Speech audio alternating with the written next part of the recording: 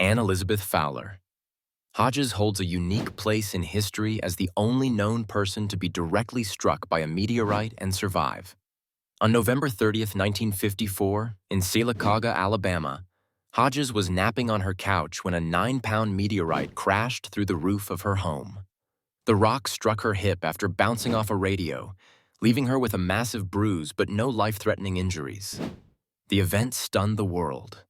Scientists, government officials, and the media flocked to Sylacauga to witness this extraordinary moment. The U.S.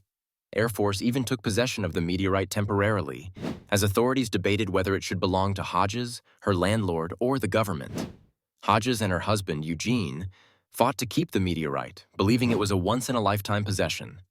However, their landlord, Bertie Guy, claimed ownership because the rock had fallen into her rented house. Legal battles ensued, and eventually, the Hodgeses settled, paying $500 to keep the meteorite.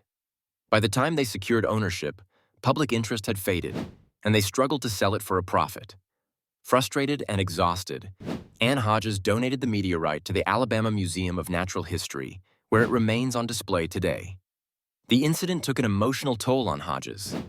The sudden fame, legal disputes, and media attention overwhelmed her, leading to stress-related health issues.